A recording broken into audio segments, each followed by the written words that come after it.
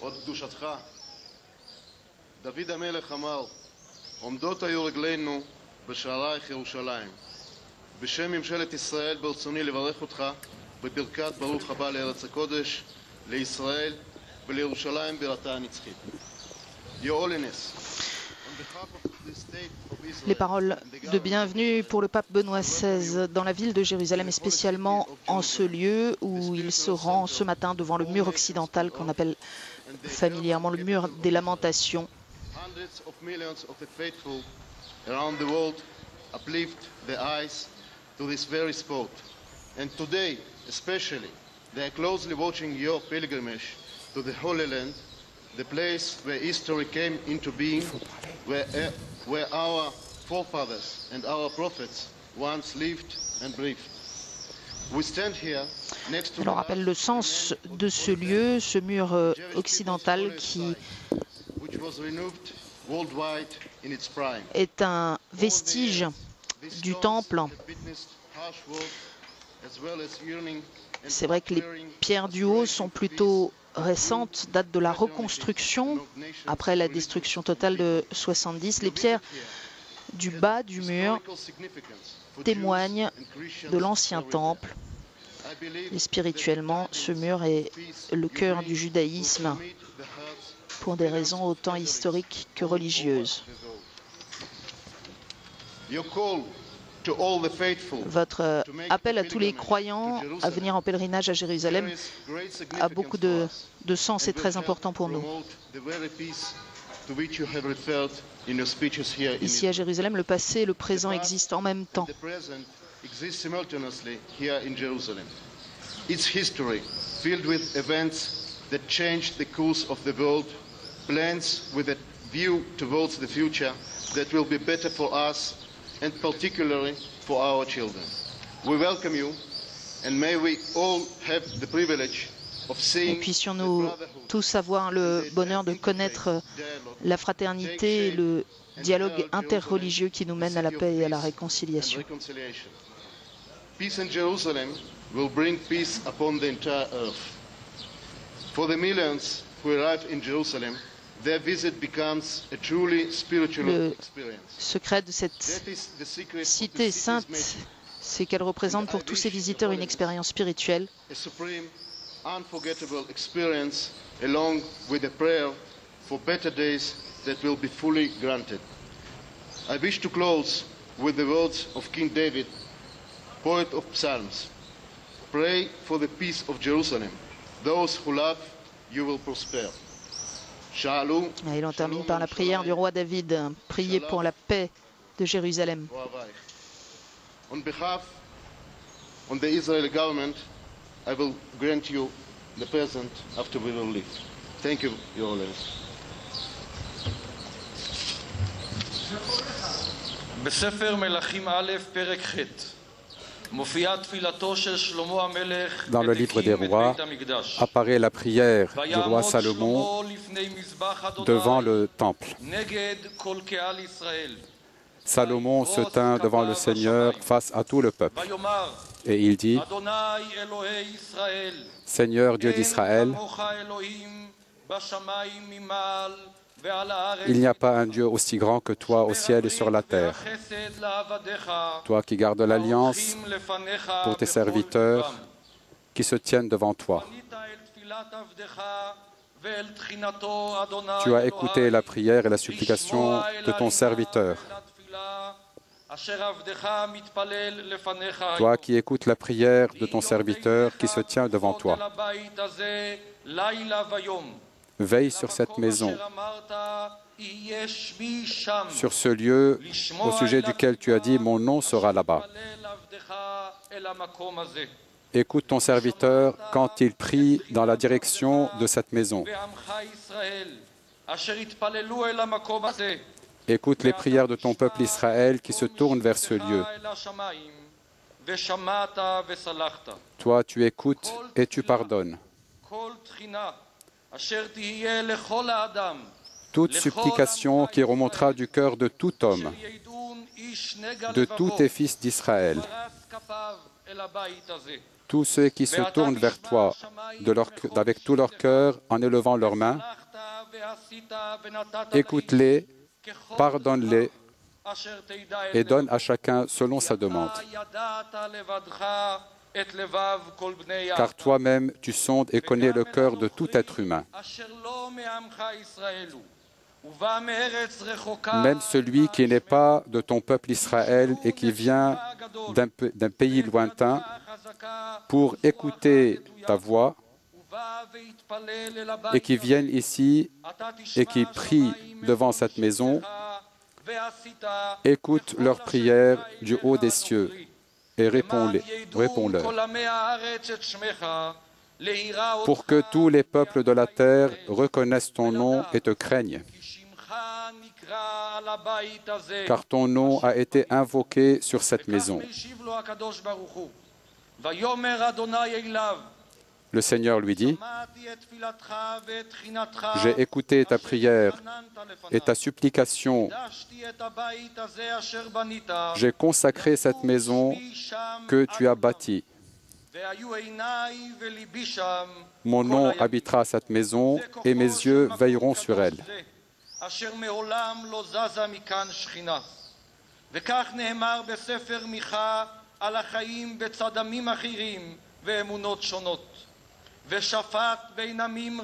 Aussi, au livre de Michée, on dit que le Seigneur va exercer un jugement entre les peuples.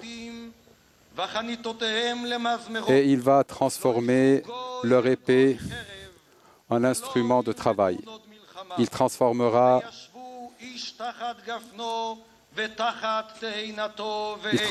la guerre et chaque homme pourra habiter dans sa maison, sous sa vigne.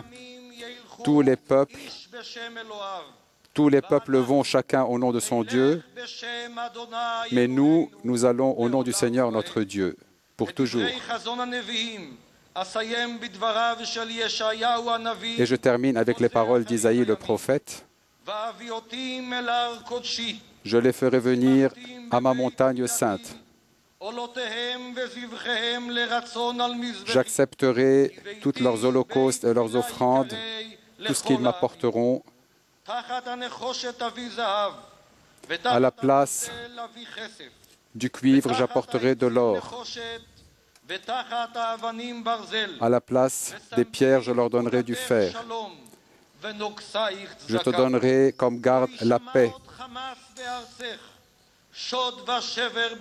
Il n'y aura plus dans tes frontières la guerre ni la violence, mais la paix habitera tes portes. Pour Jérusalem, je ne me tairai pas, jusqu'à ce que sa justice jaillisse comme l'aurore. Tous les rois viendront vers ta gloire. Tu seras appelé d'un nom nouveau que le Seigneur fixera. Sur tes portes, j'ai placé des gardiens. Ils ne se tairont pas. Ils intercéderont pour toi jusqu'à ce qu'ils fassent grâce à Jérusalem et qu'ils la transforment en louange pour tous les peuples de la terre.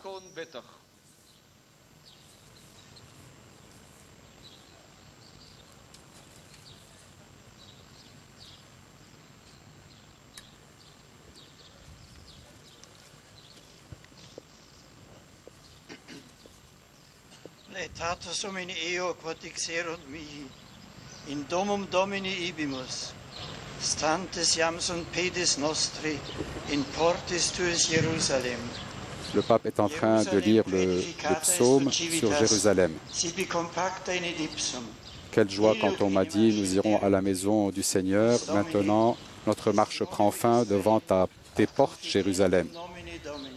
Toi qui es bâti dans tes murs, ville où tout ensemble ne fait qu'un.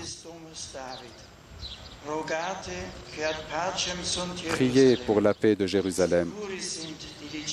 Paix à ceux qui t'aiment. Que la paix règne dans tes murs, le bonheur dans tes palais. À mes frères et à mes proches, je dirai paix sur toi.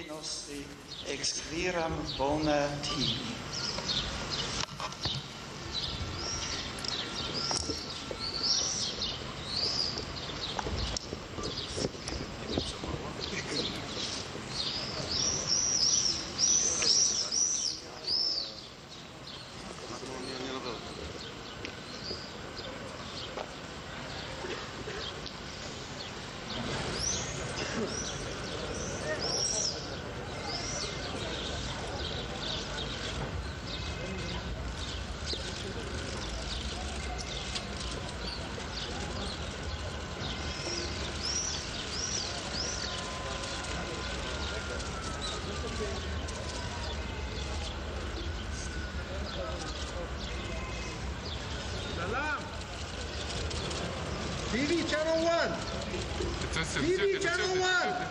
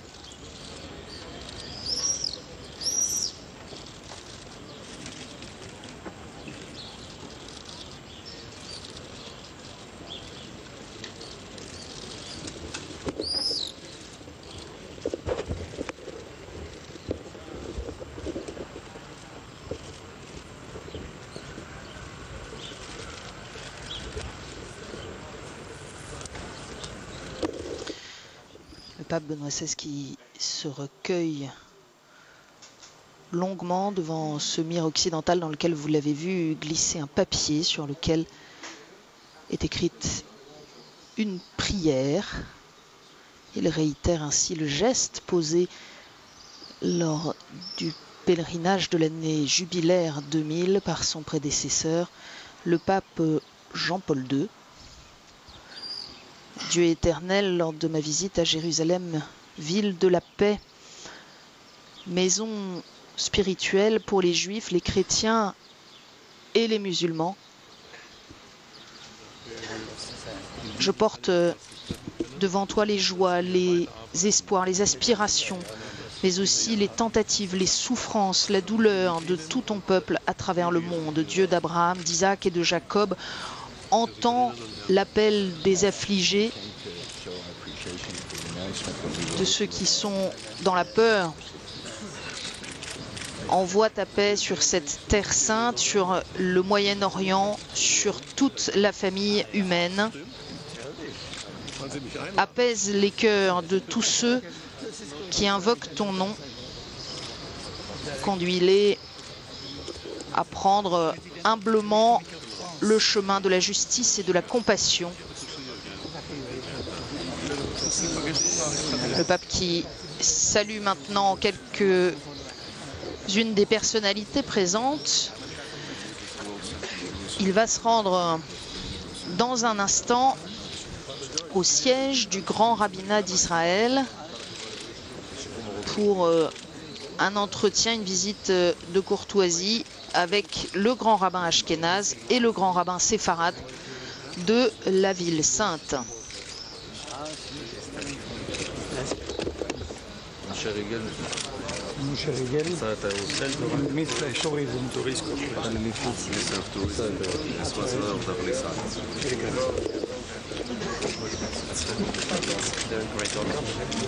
Et il y a là en particulier quelques représentants des autorités civiles, du gouvernement, mais aussi des autorités locales de Jérusalem.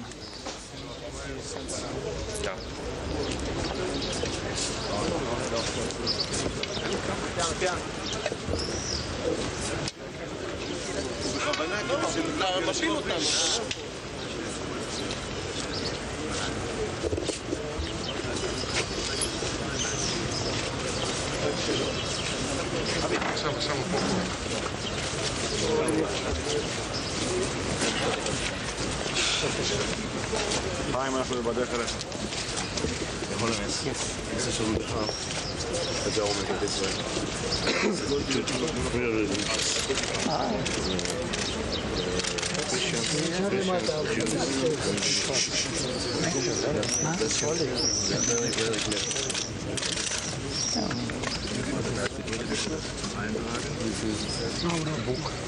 Van de historie van Jeruzalem. Zo neem in de boek.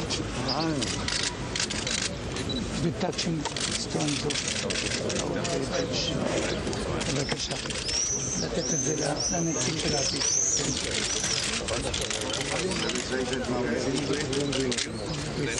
Stage holding it. בבקשה לזוז.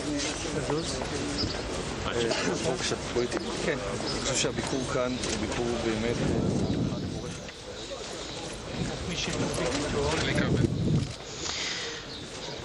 Les cadeaux qui sont présentés au pape avant qu'il se rende donc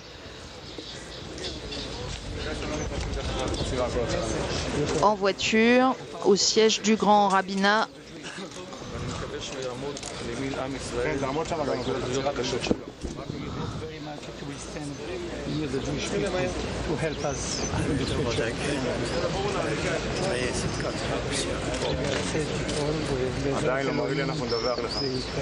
Nous avons besoin de votre aide, sainteté, pour nous soutenir dans le chemin de la paix, pour que Dieu nous aide dans le chemin de la paix.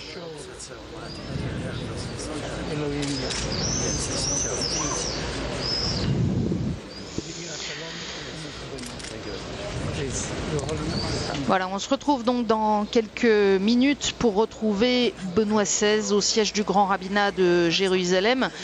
Après ce moment de recueillement intense devant le mur occidental, cette prière glissée par le successeur de Pierre dans un interstice entre les pierres du mur selon la tradition, et répétant ainsi le geste posé par son prédécesseur Jean-Paul II.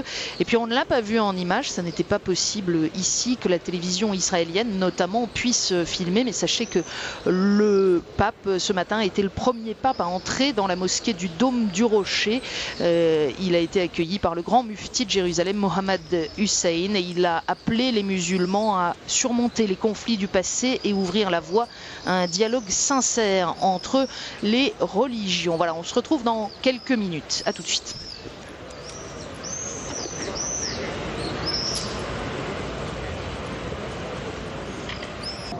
Il y aura donc, comme dans toute rencontre officielle, un échange avec les proches collaborateurs qui sera suivi du discours du grand rabbin Ashkenaz, de celui du grand rabbin séfarade, puis du discours du pape. Un discours évidemment attendu. Benoît XVI s'est montré très clair depuis son arrivée en Israël hier, très clair dans l'hommage qu'il a voulu rendre aux 6 millions de juifs victimes de la Shoah, très clair dans sa condamnation de l'antisémitisme sur lequel il met en garde, car l'antisémitisme relève sa répugnante tête à certains endroits du monde, a regretté le pape dès son arrivée à l'aéroport de Tel Aviv. Très clair aussi en condamnant le négationnisme. Jamais les souffrances de ce peuple ne peuvent être niées ou minimisées, a-t-il dit, en ravivant la flamme du souvenir dans le mémorial de l'Holocauste, le Yad Vashem.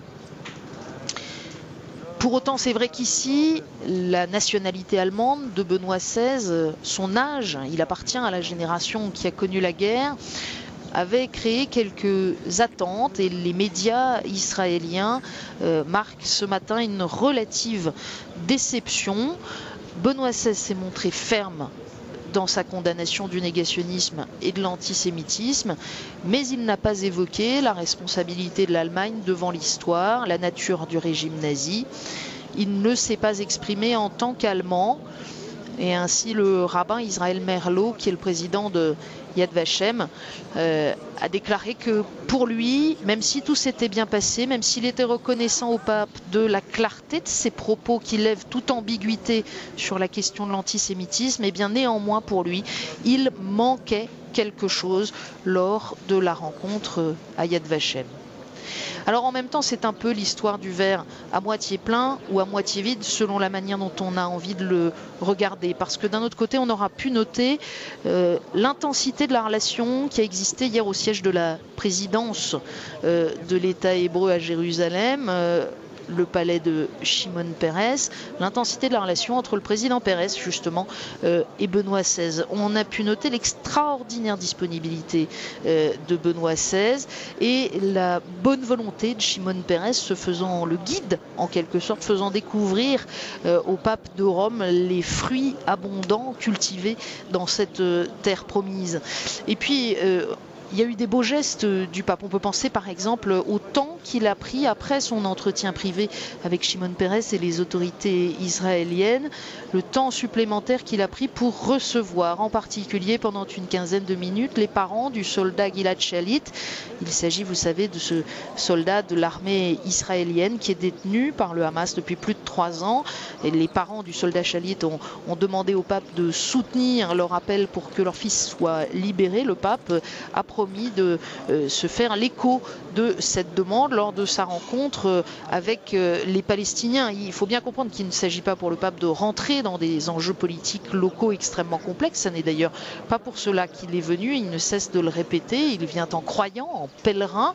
Néanmoins, lorsqu'il s'agit d'humanitaire, lorsqu'il s'agit des souffrances des hommes, tout simplement, eh bien, Benoît XVI se dit prêt à relayer les messages. Et ce qu'on peut noter plus fondamentalement, au-delà des interprétations, c'est que depuis son arrivée ici, il ne cesse d'appeler les responsables religieux, notamment, à leur responsabilité parce que ils peuvent, comme le soulignait aussi le président Peres, ils peuvent insuffler quelque chose dans les problèmes politiques. Ils peuvent et ils doivent contribuer à ce que les esprits cherchent sans arrière-pensée la justice et la paix qui font tant défaut ici.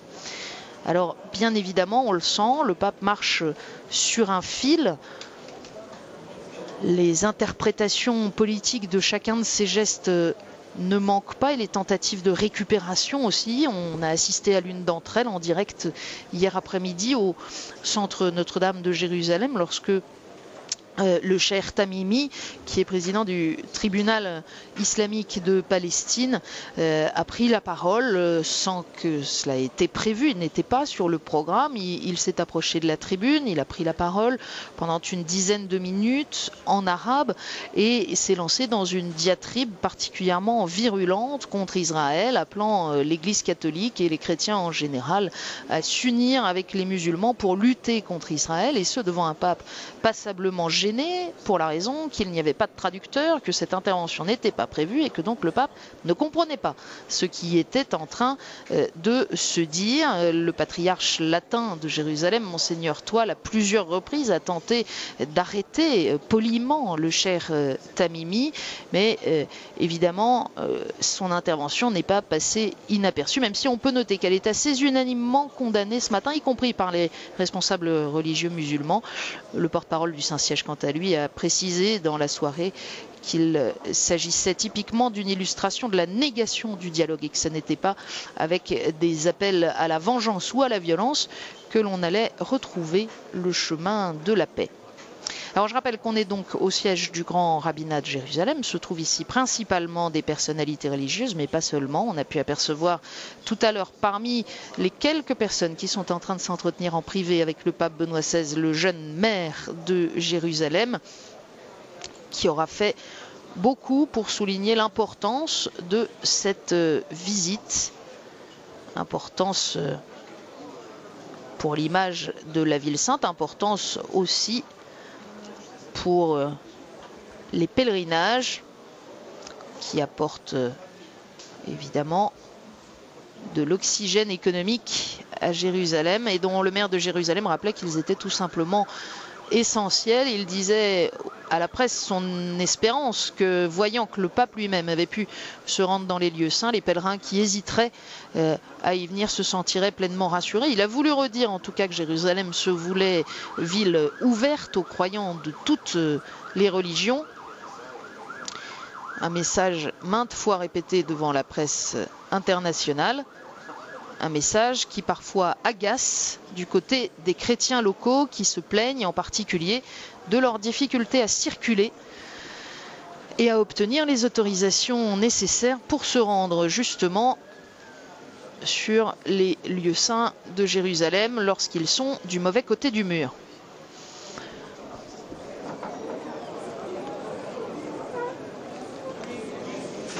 L'entretien privé ne devrait pas durer beaucoup plus de quelques minutes, car en réalité, vous l'imaginez bien, ces rencontres ont été préparées dans le détail par les collaborateurs du pape et des grands rabbins. On invite d'ailleurs les personnalités à s'asseoir pour passer à la partie officielle de cette rencontre.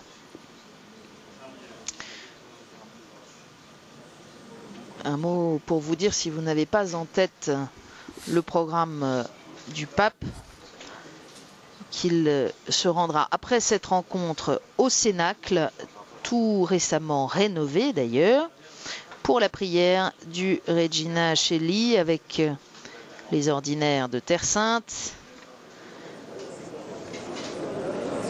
Il ira visiter brièvement la co-cathédrale latine de Jérusalem avant le déjeuner.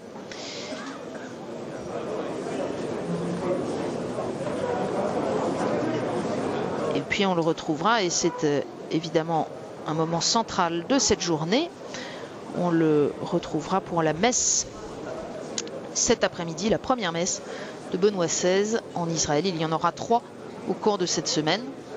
Aujourd'hui dans la vallée de Josaphat, demain à Bethléem, après-demain à Nazareth.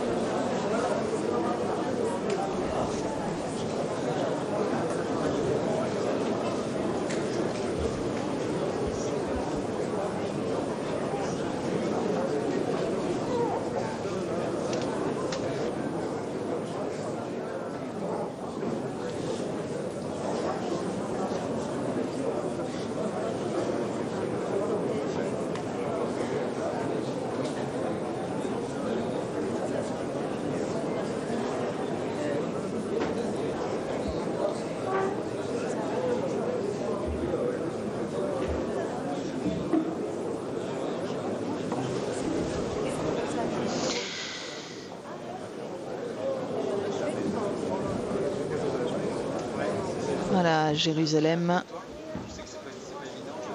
et ces rencontres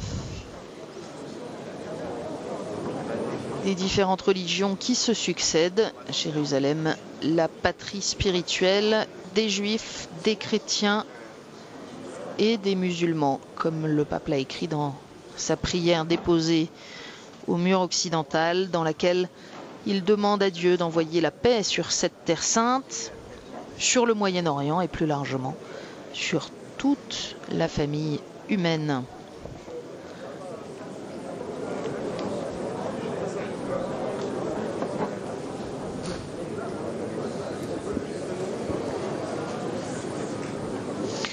Alors les 2 grands rabbins qui accueillent le pape, vous les avez vus tout à l'heure si vous étiez en notre compagnie en direct au moment de la visite au mur occidental, ne sont pas de la même génération que Benoît XVI. C'est vraiment la rencontre de 2 générations. Le grand rabbin ashkénaze, Yona Metzer, est né à Haïfa en 1953. Il a été élu à ce poste de grand rabbin ashkénaze d'Israël en 2003. Il est l'auteur de très nombreux livres quant au grand rabbin séfarade, c'est Shlomo Amar. Il est né au Maroc en 1948 et il a émigré en Israël en 1962. Il a été élu en 93 grand rabbin d'Israël.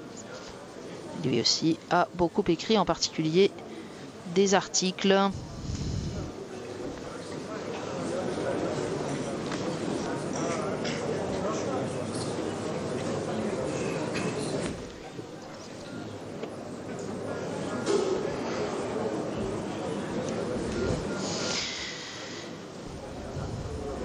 Voilà, alors on attend encore quelques instants la fin de l'entretien privé entre le pape et les deux grands rabbins. Ça semble se terminer. J'en profite pour remercier le père Rafik Nara qui nous accompagne ce matin. Bonjour père Nara. Bonjour. Alors vous connaissez particulièrement bien la Terre Sainte où vous vivez d'ailleurs une partie de l'année. Oui. Est-ce que vous avez le sentiment que pour l'instant Benoît XVI a évité les principaux choses-trappes? La mission du pape Benoît XVI, comme vous le disiez, est extrêmement délicate car, on le sait bien, les sensibilités sont tellement exacerbées en Israël et dans les territoires palestiniens et chacun des deux côtés voudrait en définitive que le pape dise des discours en leur faveur de façon claire et nette. Et par conséquent, le pape qui tente d'être proche des uns et des autres, d'inviter à la justice, à la paix et au dialogue, en fait, dit des paroles qui peuvent être ressenties parfois un peu douloureusement par les uns et les autres. Donc, mais en même temps, c'est sa mission. Il accomplit sa mission finalement, comme il l'a dit hier lui-même, de successeur de Pierre et puis de disciple du Christ, d'apporter une parole de dialogue plutôt et de paix, pèlerin de paix, comme il l'a dit lui-même. Et on a noté qu'il se tient vraiment sur cette ligne de crête, lorsque au Palais de la Présidence, il souligne le droit pour tout être humain de vivre en paix et en sécurité dans sa maison avec sa famille. Ça peut concerner aussi bien les Palestiniens de Gaza et leur réchauffer le cœur que les Israéliens qui sont victimes d'attaques à la roquette ou d'attaques terroristes. Absolument, je suis d'accord avec vous. Je pense que c'est cela réellement l'intention du pape. En tout cas, les discours qu'il prononce sont des discours qui seront gardés et on reviendra dessus. Donc ce n'est pas uniquement l'émotion du moment qui compte, mais c'est l'effet dans la longue durée. Il s'exprime plus en théologien qu'en témoin de l'histoire finalement. C'est peut-être un peu ce qui a marqué ici les médias. On attendait un témoignage d'un Allemand qui a connu la guerre et on a une prise de parole de quelqu'un qui connaît les Écritures et qui vient parler de la responsabilité des croyants. Vous voyez ça comme ça, Père? Absolument. J'écoutais le discours d'hier à Yad Vashem qui est très précieux. Mais on voit bien comment le pape réfléchit les questions. Par exemple, au lieu de condamner le négationnisme de façon claire et directe en parlant de négationnisme, en fait, il a mené toute une réflexion sur le nom. Le nom dans la Bible, Abraham, Isaac, Jacob, le nom qui est une mission, le nom qui est unique. Et par conséquent, eh bien, finalement, le nazisme qui a essayé d'effacer les noms du peuple juif, en réalité, l'histoire a montré aujourd'hui qu'ils sont toujours là et vivants par la grâce de Dieu. Donc le pape, si vous voulez, au lieu de parler directement de négationnisme, il a abordé la question par une réflexion biblique sur le nom. Oui. Alors peut-être qu'effectivement, encore une fois, je pense que cela a été ressenti, comme vous l'avez dit il y a quelques minutes, comme peut-être insuffisant de la part du grand rabbin Lau ou de la part du président de la Knesset, M. Reuven Rivlin, qui était présent à côté de lui. Mais en réalité, le texte qui est là pourra aider dans la suite à avancer dans la réflexion.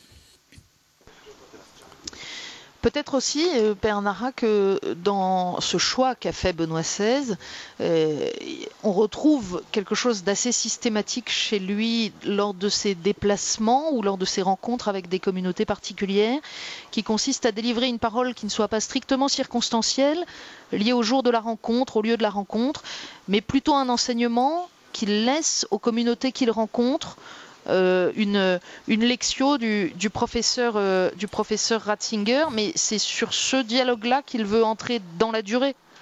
Absolument. Vous savez, l'enseignement fait partie de la mission du pasteur. On connaît bien la puissance de la parole. Et donc le pape essaye effectivement d'exercer sa mission de pasteur comme quelqu'un qui enseigne. Et il le fait avec beaucoup de liberté intérieure. Si on le remarque, par exemple, en Jordanie, il a exprimé et rappelé son très grand respect du peuple musulman. Il l'a dit maintes fois.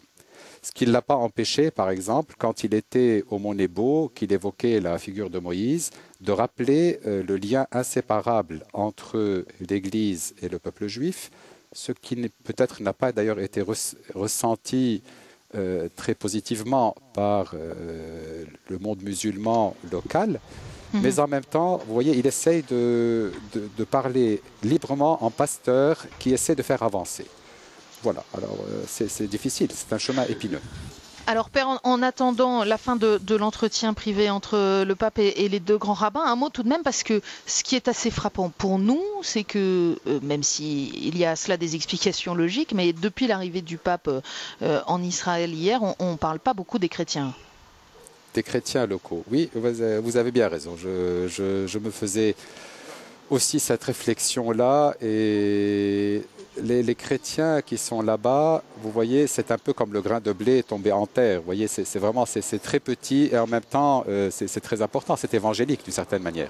Leur présence est petite en nombre et en même temps, ils ont une mission difficile d'apaiser les esprits, d'être finalement des ponts qui rapprochent les uns des autres.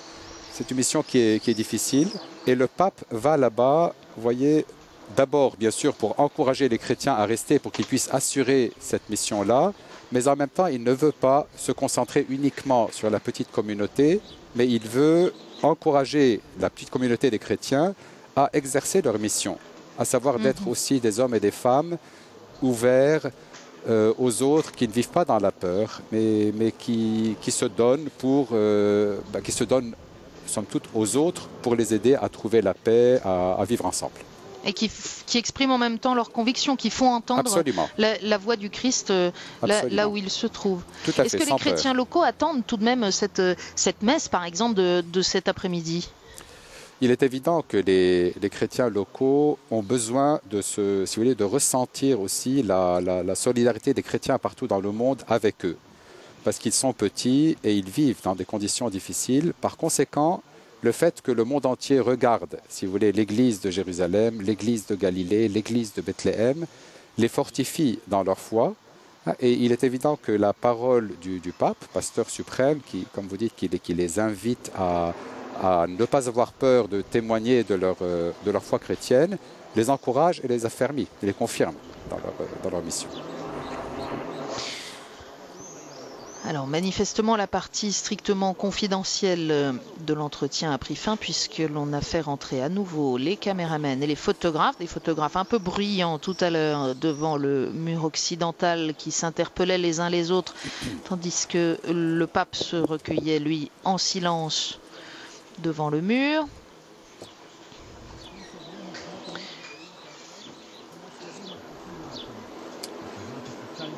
Moment des photographies. Pape qui est accompagné par des proches collaborateurs, mais aussi des cardinaux responsables de dicastères particuliers à la curie. Vous aurez peut-être reconnu à côté du cardinal secrétaire d'État, en quelque sorte le Premier ministre du pape, Tarcisio Bertone, le cardinal Walter Casper qui s'occupe des questions écuméniques. Il y a là présent dans la délégation aussi le cardinal Jean-Louis Torrent, le Français en charge des questions interreligieuses au Vatican.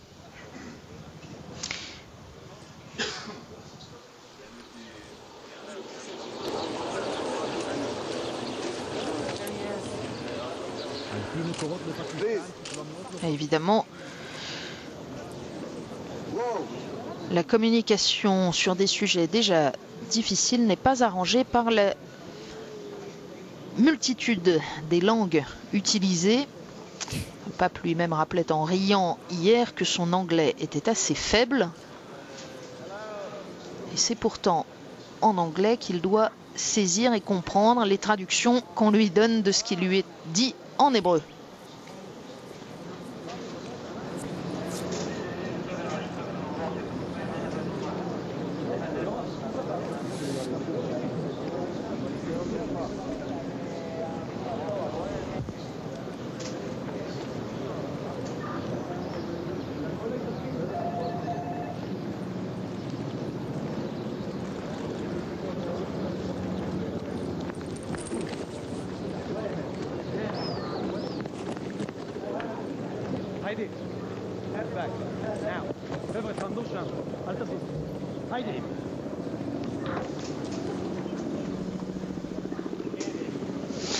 Oui, bien manifestement, il y a encore quelques instants d'entretien avec les autorités juives.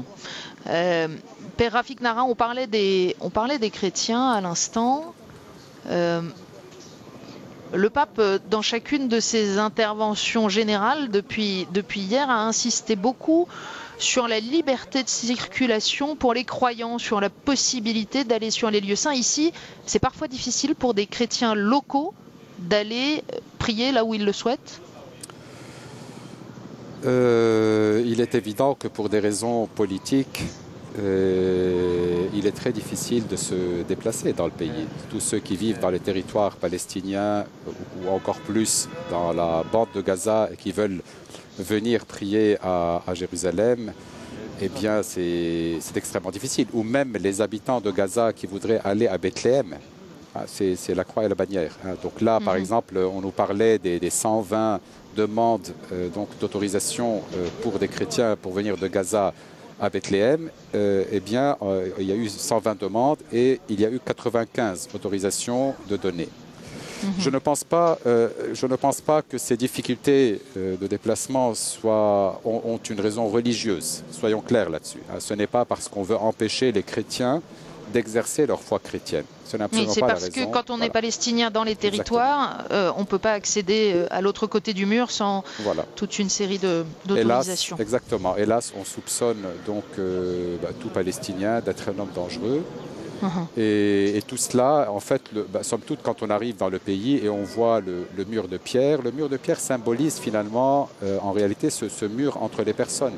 Il est clair que, surtout depuis le début de la deuxième intifada, après l'an 2000, que la méfiance a grandi d'une façon incroyable.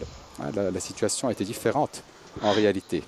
Et c'est vrai que ce mur est un choc visuel important, mais on a pu noter aussi hier les paroles, la citation précise et pas innocente de Shimon Peres, appelant à ce qu'on puisse faire tomber les murs de l'incompréhension entre les peuples ici. On parle beaucoup, quand on pense aux chrétiens de Terre Sainte, Père Nara, on pense chrétiens palestiniens. Oui. Mais est-ce qu'il n'y a que des chrétiens palestiniens ici? Non, tout de même pas. On parle de quelque chose comme 1,5% de chrétiens en Palestine, dans les territoires palestiniens, et 1,5 ou 2%, plutôt 2% de chrétiens en Israël. Il y a les chrétiens arabophones qui sont en Galilée, qui sont tout de même la majorité, mais il y a aussi beaucoup de chrétiens, il y a des Russes orthodoxes qui sont là, il y a aussi il y a des Grecs catholiques, et il y a surtout beaucoup de travailleurs étrangers qui viennent travailler en Israël, par exemple des Philippins qui sont chrétiens, qui sont là. Donc vous avez des communautés chrétiennes non négligeables qui sont en Israël et peu à peu se développent, si vous voulez. Il y a des petites communautés d'expression hébraïque. En particulier, d'ailleurs, il y a des communautés d'expression hébraïque qui sont catholiques à Jérusalem, à Jaffa, à Bersabé, Beersheva et à Haïfa. Ce sont des lieux où on prie en hébreu et on prie le rite habituel en hébreu. Donc il y a cette tentative d'avoir aussi comme il y a l'église arabophone locale latine, qu'il y a aussi une église hébréophone latine, une église en Israël. Il y a des chrétiens des deux côtés et il faut bien entendu en tenir compte, les aider les deux à vivre. Et en même temps, la communication, hélas, pour des raisons politiques, n'est pas encore suffisamment forte entre les deux, mais le patriarche actuel, Monseigneur Toual, a cela en vue et je l'ai entendu parler plus d'une fois de sa volonté justement de rapprocher les communautés chrétiennes d'expression arabe, d'expression hébraïque, comme on disait tout à l'heure, pour que justement ce petit peuple de chrétiens puisse témoigner par sa manière de vivre de la mission chrétienne, si vous voulez. Oui, ils ne répliquent pas entre eux les murs ou les fossés qui existent par nature entre les communautés ici. Exactement. Et vous savez que ce manque de communication, d'ailleurs, n'est pas toujours, ou n'est pas nécessairement, comment dire, la haine de l'autre, ou un mur qui nous sépare de l'autre, mais c'est souvent aussi des peurs, de véritables peurs, c'est congénital. Vous savez, l'arabe palestinien chrétien, sans une peur, s'il faut aller prier dans une communauté hébréophone, il a peur qu'on le soupçonne, finalement d'être un espion ou je ne sais quoi. Et pareil, le chrétien qui prie en hébreu, parfois a une image aussi de l'église arabophone, comme somme toute une église qui ne l'aime pas, qui serait hostile. Vous voyez, alors il faut vaincre ces difficultés psychologiques. Mais Père Nara, est-ce qu'on peut du coup raisonnablement s'extraire de toutes ces visions contingentes, de tous ces particularismes? Est-ce que vous pensez que c'est possible? Non, on ne peut pas s'extraire. Il faut être très réaliste quand on est sur place. Vous voyez, chaque petit pas est immense. Ça veut dire que s'il y a une personne d'un côté qui essaye de s'approcher des autres et de bâtir la communion, c'est déjà énorme. Vous voyez, il n'y a pas de, on peut pas, il ne s'agit pas de parler d'utopie. Voyez, en disant, mais allez, un petit effort et tout ira bien demain, puisque nous, chrétiens, nous sommes au-dessus de tout cela. Voyez, on sait bien quel est l'appel du Christ. On sait bien que pour incarner l'appel du Christ, pour vivre, si vous voulez, ce que Jésus nous demande de vivre, c'est véritablement un combat. Et puis qui n'est pas gagné d'avance. Il faut faire des pas les uns vis-à-vis des autres. Voilà. En tout cas, c'est bien en témoin du Christ que Absolument. Benoît XVI vient ici. Et nous allons maintenant passer à la partie officielle de cette rencontre, au siège du Grand Rabbinat de Jérusalem.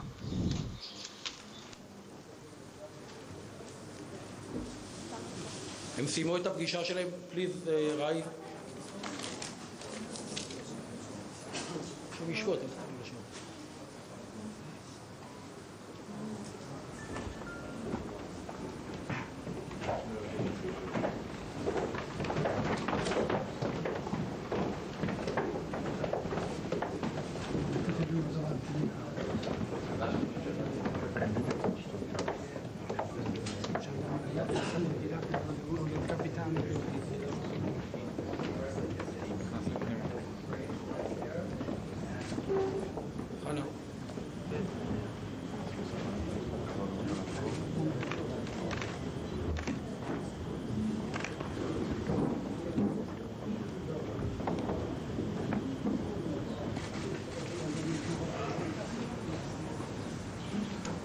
Et c'est Yona Metzer, le grand rabbin ashkénaze, qui devrait prendre la parole en premier.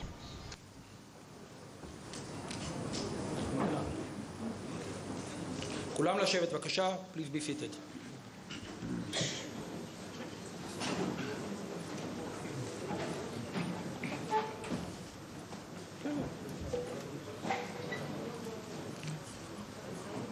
אני מבקש כולם לשבת במקומותיהם, please be seated. Un peu d'animation encore, puisque par définition, tous ceux qui ont participé à la rencontre un peu plus haut doivent maintenant à leur tour prendre place.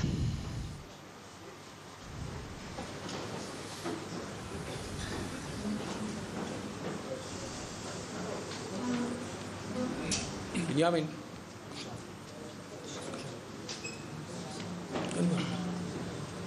כן, כן.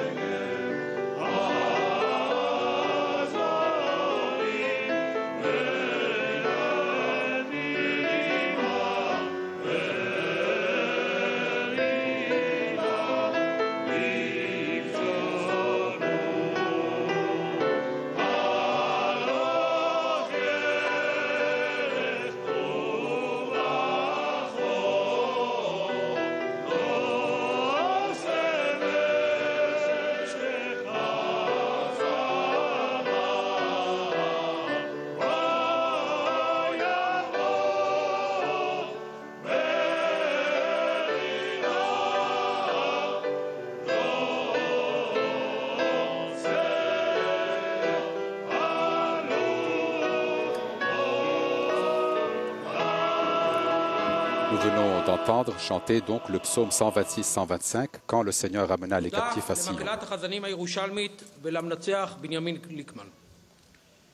ברשות כבוד הרבנים הראשיים לישראל, הראשון לציון, הרב הגאון שלמה משה עמאר שליט"א והרב הגאון יונה מצגר שליט"א. C'est une présentation donc des deux grands rabbins. כבוד האפיפיור בנדיקטוס ה-16, כבוד הרבנים חברי מועצת הרבנות הראשית לישראל, כבוד שר המדע, כבוד ראש העיר ירושלים, Ce sont des paroles d'accueil donc à tout le conseil des rabbins, aux ministres présents, aux cardinaux, et à tous les gouverneurs qui sont ici présents, au rabbin Segni de Rome,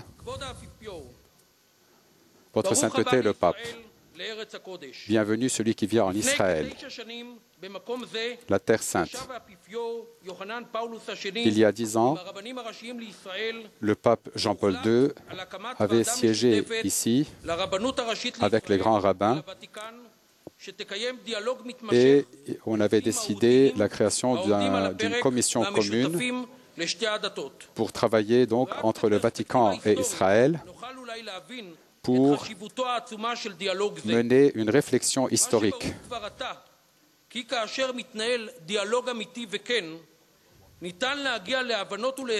C'est important de faire ce chemin car quand il y a une réflexion commune et sincère, on peut avancer.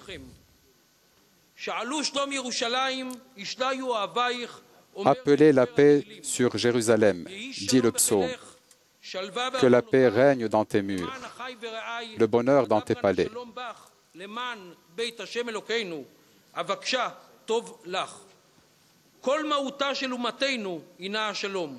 Toute l'essence de notre nation, c'est la paix. Mais en même temps, le roi David demande du Seigneur d'écarter de lui toute langue de mensonge.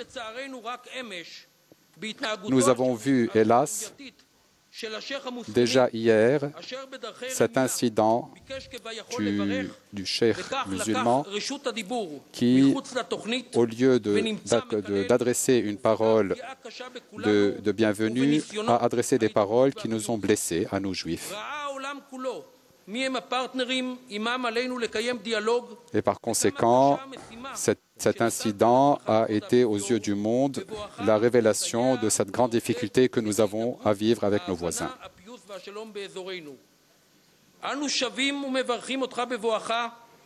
Nous voulons t'accueillir dans notre pays et nous souhaitons que tu pourras nous aider à réaliser la paix à laquelle nous aspirons et que se réalisent les paroles du prophète qui dira qu'il n'y aura plus ici la paix et l'épée, mais ce seront des socs et des faucilles. Prend la parole le rabbin Yona Metzger, grand rabbin ashkénaze d'Israël.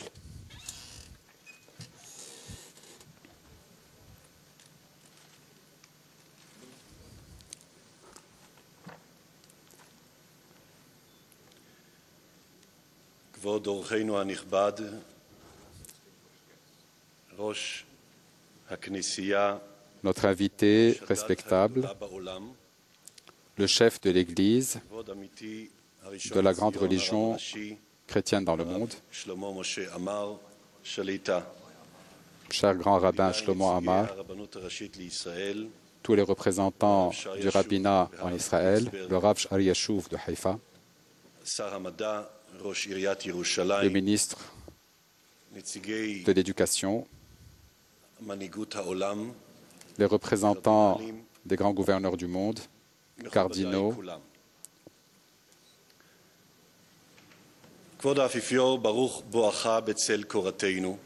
Votre Excellence, le Pape, nous t'accueillons dans un esprit de paix, dans la ville de paix Jérusalem, notre terre sainte, terre pour laquelle nous avons prié pendant des siècles pour y revenir. Combien de larmes ont coulé de nos yeux, car nous voulions venir nous asseoir sur ces pierres. Aujourd'hui, cette rencontre a lieu dans notre ville, Jérusalem, la capitale éternelle d'Israël, Le peuple d'Israël a connu pendant des siècles la souffrance. C'est vrai que c'est à cause de nos fautes que nous sommes partis en exil. Mais les prophètes, tous, nous ont promis que la vision se réalisera et nous pourrons revenir sur notre terre. En ces jours, c'est donc le 61e anniversaire de l'institution de notre État, Israël. Cette terre sur laquelle ont marché nos pères, Abraham, Isaac, Jacob, Joseph, Moïse et Salomon.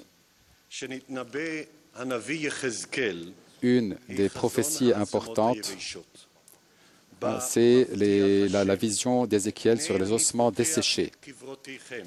Voici que je vais ouvrir vos tombes. Je vous ferai sortir de vos tombeaux, mon peuple. Je vous amènerai sur votre terre Israël. Et vous saurez que je suis le Seigneur. Je l'ai dit et je l'ai fait. Nous ressentons que cette prophétie nous parle à nous. Moi, je viens d'une famille dont la majeure partie a disparu pendant la Shoah. Eux s'étaient sentis vraiment comme des ossements desséchés à la fin de la guerre mondiale. Mais en raison du retour en Israël, ils ont mérité et eu la joie de revenir sur cette terre et voir se réaliser les paroles des prophètes. Ils ont transformé les ossements en indépendance, avec un jeu de mots en hébreu. Ils avaient vécu des expulsions, des pogroms, des massacres, une idéologie épouvantable. Votre sainteté. Je pensais à moi-même.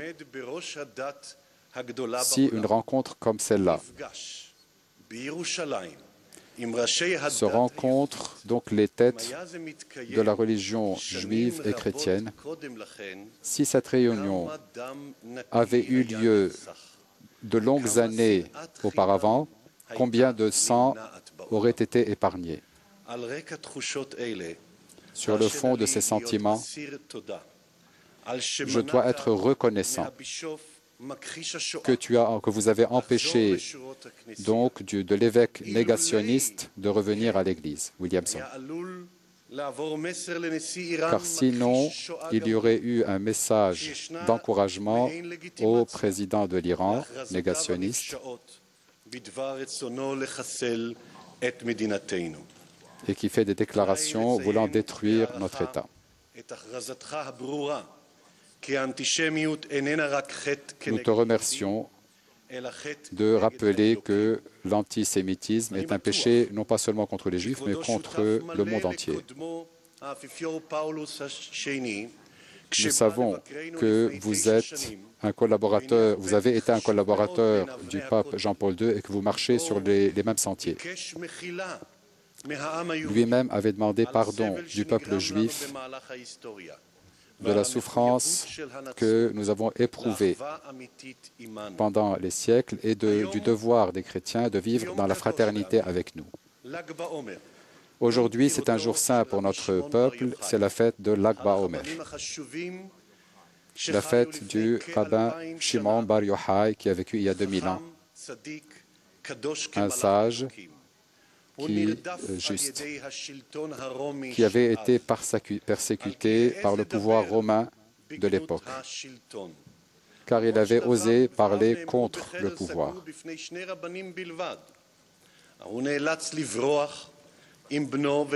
Il a été obligé de fuir avec son fils, de se cacher dans une grotte pendant 13 ans dans le nord du pays. Il a ressenti dans sa chair combien un être humain peut souffrir à cause de sa parole, tout simplement. C'est pour cela que le peuple d'Israël aujourd'hui doit manier les flèches et les épées. Notre langue c'est elle qui ressemble à une épée ou à une flèche.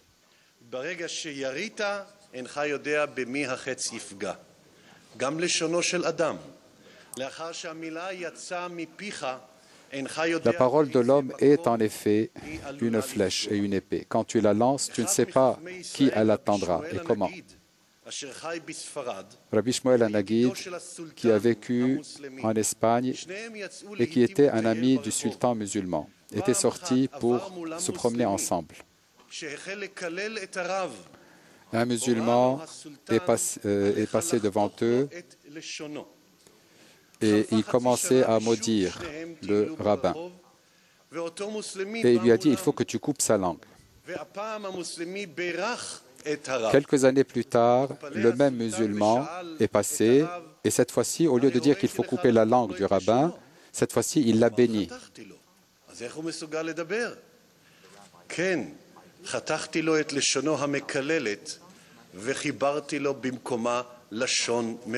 Il lui a dit, mais enfin toi qui voulais lui couper la langue, maintenant, comment que ça se passe que tu veux le bénir?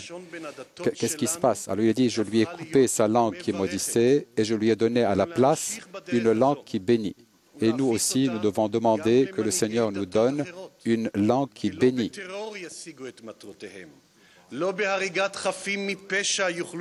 Car ce n'est pas par des massacres de personnes innocentes qu'on peut obtenir nos objectifs, mais Dieu nous a commandé d'aimer tout être humain dans ce monde, même si l'autre n'est pas de ta religion.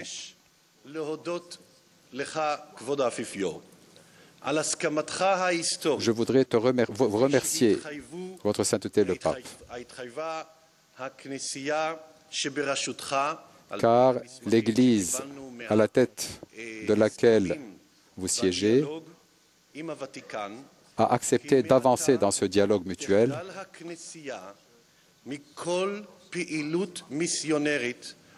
et parce que l'Église s'est engagée de n'exercer aucune forme de prosélytisme pour faire changer la religion à nous, Juifs. Une telle démarche de la part de l'Église est extrêmement importante à nos yeux. Nous vous remercions aussi d'avoir rencontré les parents de Gilad Shalit hier.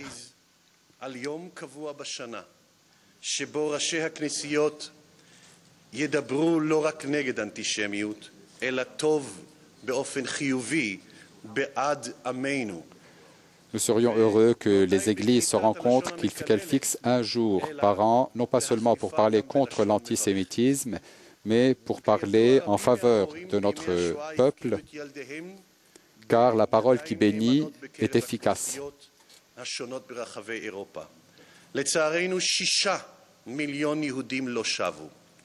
Hélas, nous nous souvenons que 6 millions de Juifs sont morts dans la Deuxième Guerre mondiale.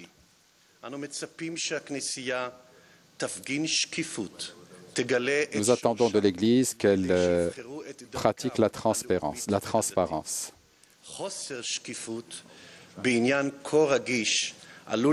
Un manque de transparence pour une question aussi sensible nous empêchera d'avancer. Et d'une certaine manière, ce serait presque donner raison aux nazis qui ont voulu supprimer mon peuple.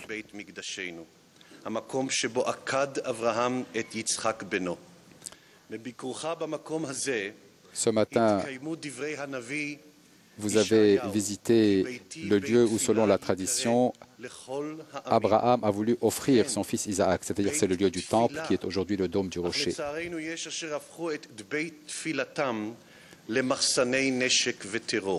Hélas, les maisons de prière aujourd'hui parfois se transforment en des réserves d'armes.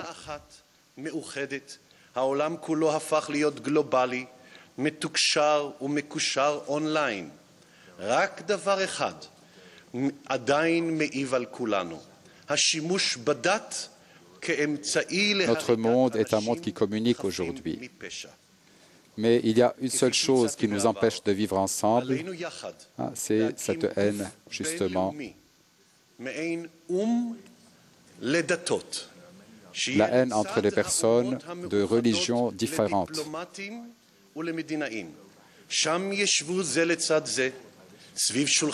Nous aimerions que soit constitué un organisme dans le monde où puissent siéger ensemble des personnes venues de religions différentes et qui puissent communiquer ensemble.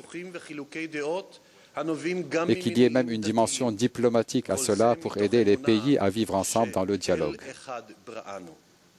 Et que le fondement de tout cela soit notre foi commune en un seul Dieu, qui est notre Dieu. À nous tous.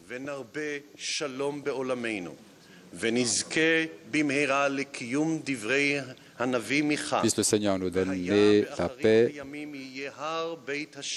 et que s'accomplisse la parole du prophète que, à la fin des jours, la maison du Seigneur se tiendra là et viendront vers la maison du Seigneur tous les peuples de tous les coins de la terre. Il nous montrera ses chemins et nous marcherons sur ses sentiers. Car de Sion sort la loi et la parole du Seigneur de Jérusalem. Car tous les peuples vont chacun vers son Dieu, mais nous, nous allons au nom du Seigneur, notre Dieu, pour toujours. Amen.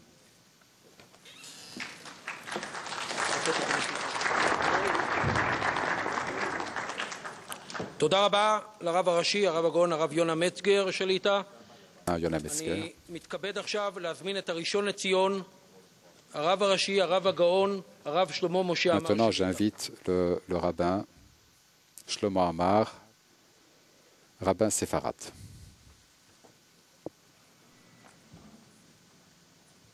Mes maîtres, mes confrères, chers peuples, ici présents, notre hôte, notre cher hôte, qui est venu avec respect dans notre terre. Le message que je voulais faire passer, je vous l'ai dit dans notre rencontre préalable.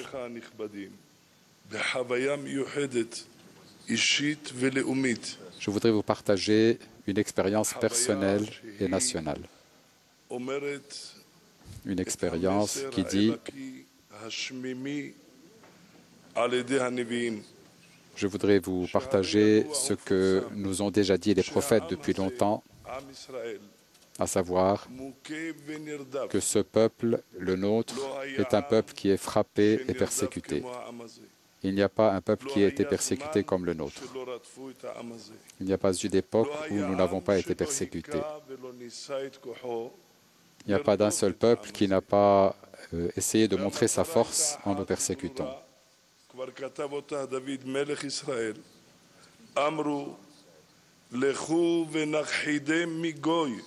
Et l'objectif était justement ce que disait le prophète David. Allons et détruisons ce peuple. Sauf que le peuple d'Israël donc est vivant encore aujourd'hui. Il ne dort ni ne sommeille, le gardien d'Israël. Nous avons des promesses de tous les prophètes que ce peuple-là vivra et subsistera. Tous désespèrent, mais nous aussi nous étions désespérés. Après la Shoah, qui pouvait parler ou prier ou supposer ou espérer que ce peuple puisse continuer à exister et même revenir sur sa terre et même être un seul peuple avec sa loi, avec les commandements qu'il faut qu'il observe? Personne ne pouvait l'imaginer. Mais la promesse se réalise et cette promesse se réalise. Et moi, quand j'entends les paroles du prophète Ézéchiel, cela me donne beaucoup d'émotion. Et aujourd'hui, que Votre Excellence est ici dans la ville de Jérusalem, après avoir été au mur occidental, qui est le lieu le plus saint pour nous, lieu dont la présence divine ne s'est jamais déplacée ou écartée. Je voudrais lire en votre présence quelques versets d'Ézéchiel, Chapitre 37. La main du Seigneur fut sur moi. Il me fit sortir par l'Esprit du Seigneur. Et il me plaça au milieu de la vallée, et elle était remplie d'ossements. Et il me fit marcher autour. Et voilà qu'ils étaient très nombreux. Et voilà qu'elles étaient très sèches, très desséchées. Il me dit, « Fils d'homme, est-ce que ces ossements vivront ?» Et je dis, Seigneur Dieu, c'est toi qui le sais. Il faut comprendre quelque chose ici. La puissance du prophète vient de ce qu'il reçoit du Seigneur. Mais là, il y a eu quelque chose qui est étonnant. Enfin, le Seigneur interroge le prophète. Il lui dit, « Qu'est-ce que tu penses ?» Il lui montre ses ossements desséchés, très desséchés, et il lui dit, « Le Seigneur demande au prophète. » Or, nous savons que la connaissance du prophète vient uniquement du Seigneur. Et le Seigneur lui demande, est-ce qu'elles vivront, est-ce qu'ils vivront ces ossements? Le prophète dit, je ne sais pas, c'est toi qui le sais. Comment puis-je savoir?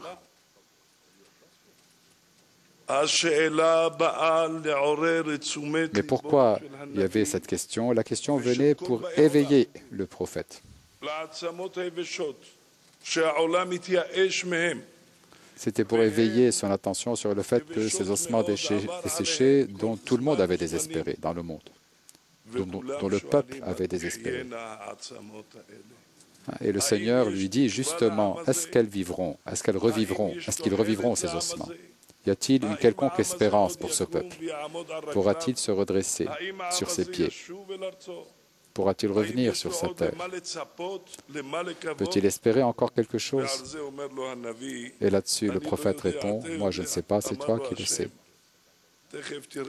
Le Seigneur lui dit, « Eh bien, maintenant, tu verras comment j'enverrai mon esprit et ces ossements revivront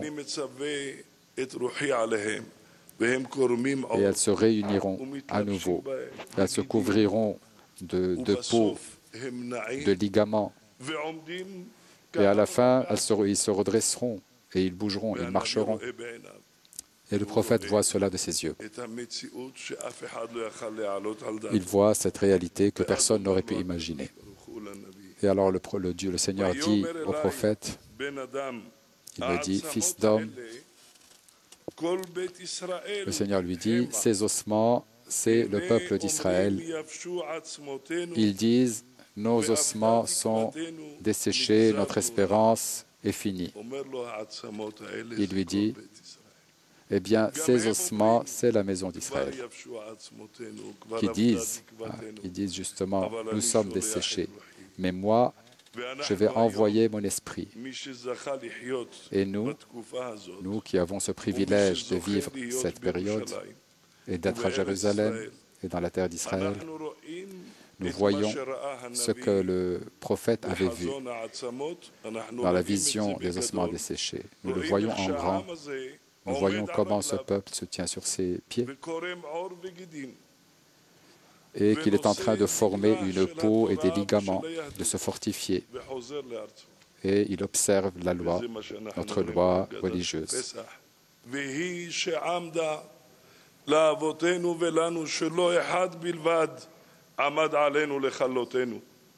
Nous le rappelons aussi dans la Haggadah de la fête de Pâques, de la Pâque juive. Justement, ils nous ont attaqués, mais personne ne pourra nous supprimer. Le Seigneur Dieu non seulement nous a sauvés par le passé, mais il est en train de nous sauver aujourd'hui et il nous sauvera demain. Et par vos mains, notre cher hôte, qui représentait un peuple énorme et important de croyants qui savent ce qu'est la Bible, qui connaissent les prophètes puisqu'ils les lisent, qu'ils fassent passer ce message au monde, qu'à ce peuple, il y a un droit naturel et minimal de revenir sur cette terre qui nous a été donnée en héritage, de venir vers ce repos sans les guerres, sans tous ces malheurs, que nous soyons constamment en train de nous protéger de celui-ci et de celui-là. Que nous ayons le minimum de respect qui nous est accordé pour pouvoir vivre dans ce pays sans qu'il y ait autour de nous des menaces constantes. Nous prions au Seigneur du ciel et de la terre et qui remplit toute la terre, qu'il place dans le cœur de tous les gouverneurs du monde de s'aimer les uns les autres, de faire grandir l'amour et la paix, et que ce petit peuple opprimé, qui enfin est arrivé sur sa terre, qu'il puisse recevoir un peu de paix. Que le Seigneur donne à ce peuple de trouver le repos et la paix et la tranquillité. Lui qui fait la paix dans les cieux, qu'il fasse sur nous, qu'il nous donne la paix dans notre monde et qu'il donne la paix et le respect dans le monde entier. Amen. Amen. יישר כוח לרב הראשי לישראל, הראשון לציון, הרב הגאון, שלמה משה עמאר שליט"א. אני מתכבד עכשיו להזמין את כבוד האפיפיור בנדיקטוס ה-16, בבקשה. Le pape, son Excellence le pape.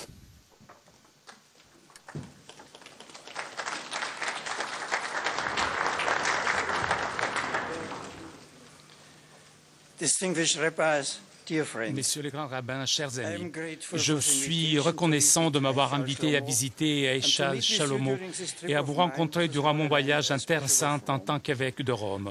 Je remercie le rabbin Séfarad Shalomo Amar et le rabbin Askenaz Yona Metzger pour leurs paroles chaleureuses de bienvenue et pour le désir qu'ils ont exprimé de continuer à renforcer les liens d'amitié de l'Église catholique et le rabbinat se sont efforcés avec assiduité de forger au cours des dernières décennies. Vos visites au Vatican en 2004-2005 sont un signe de la bonne volonté qui caractérise le développement de nos relations. Messieurs les rabbins, en retour, je vous exprime mes propres sentiments de respect et d'estime que je tends à vos communautés et je vous assure de mon désir d'approfondir la compréhension mutuelle et la coopération entre le Saint-Siège, le grand rabbinat d'Israël et le peuple juif à travers le monde. C'est une source de grande satisfaction pour moi, depuis le début de mon pontificat, de voir les fruits produits par le dialogue en cours entre la délégation de la Commission du Saint-Siège pour les relations religieuses avec les Juifs et le grand rabbinat de la délégation d'Israël et pour les relations avec l'Église catholique. Je désire remercier les membres des deux délégations pour leur dévouement et leur dur labeur en vue de concrétiser cette initiative si ardemment désirée par mon vénéré prédécesseur, le pape Jean-Paul II, comme il avait exprimé durant le grand jubilé en l'an 2000. Notre rencontre aujourd'hui est une occasion de plus appropriée de remercier le Tout-Puissant pour les nombreuses bénédictions qui nous ont accompagnés, le dialogue conduit par la commission bilatérale et pour envisager avec confiance les prochaines sessions. La bonne volonté des délégués à discuter ouvertement et patiemment, non seulement sur le point de convergence, mais aussi de désaccord, a déjà ouvert la voie à une collaboration plus effective dans la vie publique. Juifs et chrétiens sont concernés de la même manière pour assurer le respect de la nature sacrée de la vie humaine, le caractère central de la famille, une éducation solide des jeunes et la liberté de religion et de conscience dans une société saine. Ces thèmes de dialogue ne sont toutefois que les phases initiales de ce qui, nous le croyons, sera un cheminement continu et progressif vers une compréhension mutuelle plus grande. Une indication du potentiel de ces rencontres peut être facilement aperçue à travers notre commune préoccupation face au relativisme moral et aux violations qu'il engendre contre la dignité de la personne humaine. En abordant la question éthique la plus urgente de notre époque, nos deux communautés sont confrontées en défi d'engager les hommes de bonne volonté à se placer au niveau de la raison, tandis que simultanément, elles doivent mettre en évidence les fondements religieux qui soutiennent le mieux les valeurs morales ultimes. Puisse le dialogue qui a commencé continuer à susciter des idées sur la manière dont les chrétiens et les juifs peuvent travailler enfin, que grandisse l'estime de la société envers la contribution remarquable de nos traditions religieuses et éthiques. Ici en Israël, étant donné que les chrétiens ne constituent seulement qu'une petite portion de la population totale, ils attachent une valeur particulière aux occasions de dialogue avec leurs voisins juifs. La confiance est sans aucun doute un élément essentiel du dialogue véritable. Aujourd'hui, m'est offerte la possibilité de répéter que l'Église catholique est engagée de façon irrévocable sur le chemin choisi par le Concile Vatican II en faveur d'une réconciliation authentique et durable entre les chrétiens et les juifs.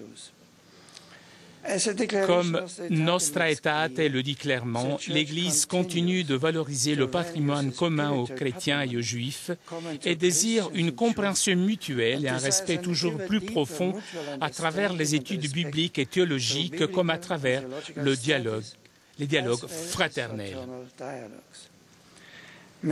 Puissent les 7 rencontres des commissions bilatérales qui se sont déjà tenues entre le Saint-Siège et le rabbinat en être une preuve. Je vous suis donc reconnaissant de l'assurance que vous avez manifestée que les relations entre le Saint-Siège et le rabbinat continueront à l'avenir à croître dans le respect de la compréhension. Chers amis, je vous exprime à nouveau ma profonde appréciation pour l'accueil que vous m'avez réservé aujourd'hui. Je suis sûr que votre amitié continuera d'être un exemple de confiance dans le dialogue entre les Juifs et chrétiens à travers le monde.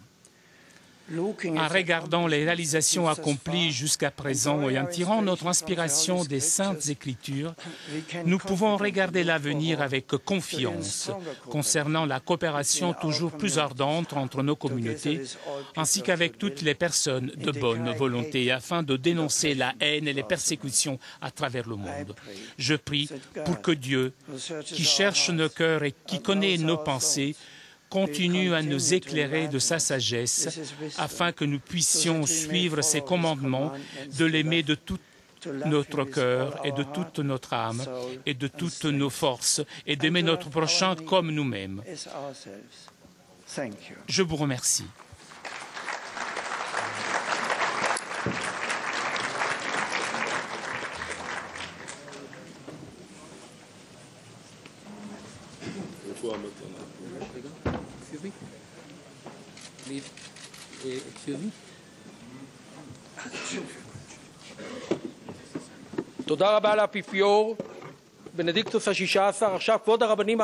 Remercions le Saint-Père. Et maintenant, le grand rabbin donne un cadeau au pape.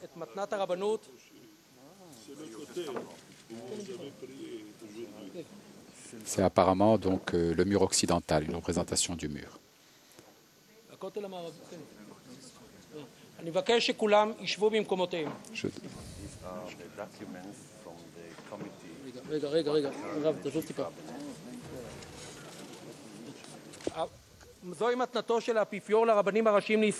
c'est le cadeau du pape au grand rabbin. C'est une reproduction d'un texte ashkénaze qui se trouve au Vatican.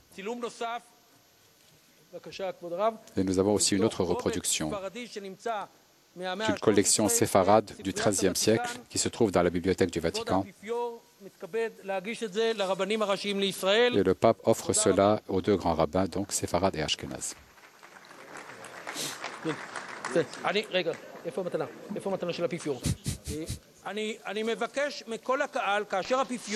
Voilà, et comme lors de chacune de ces rencontres, on invite l'assistance à bien rester en place pendant que le pape va quitter les lieux au terme de cette rencontre avec les deux grands rabbins de Jérusalem, Shlomo Amar, qui est en train de saluer à nouveau le pape, et Yona Metzger. Il y a des cadeaux, il y a des sourires, mais on retrouve aussi cette difficulté à parler sur la même longueur d'onde entre un pape qui appelle les religions, les responsables religieux à construire la paix, à oublier les sources de division du passé, à les surmonter en tout cas pour avancer vers la réconciliation, et des responsables religieux, aussi bien le grand mufti de Jérusalem ce matin que le rabbin Metzger en particulier tout à l'heure, qui chacun tiennent à rappeler devant le pape les crimes ou les agressions commis par l'autre. Il y a le grand mufti ce matin qui demande au pape Benoît XVI de protester, d'œuvrer contre l'agression d'Israël. Puis on a entendu Yona Metzger tout à l'heure prendre à témoin le pape de l'agression que constituait aussi l'intervention virulente du Cheikh Tamimi hier à la rencontre interreligieuse.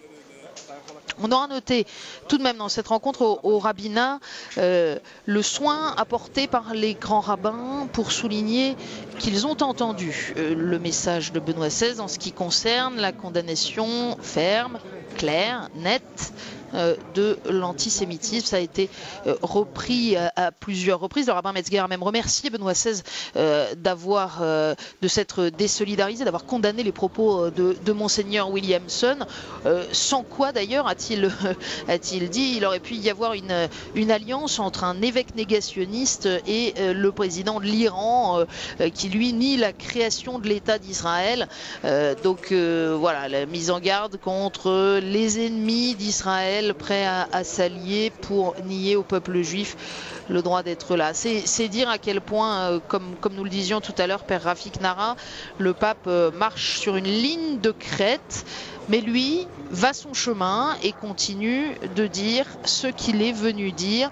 La confiance est un élément essentiel du dialogue véritable, et le pape qui redit solennellement ce matin, l'Église marche irrévocablement sur le chemin choisi par le Concile Vatican II en faveur d'une réconciliation entre chrétiens et juifs. On se retrouve tout à l'heure en direct du Cénacle, cette fois avec les chrétiens.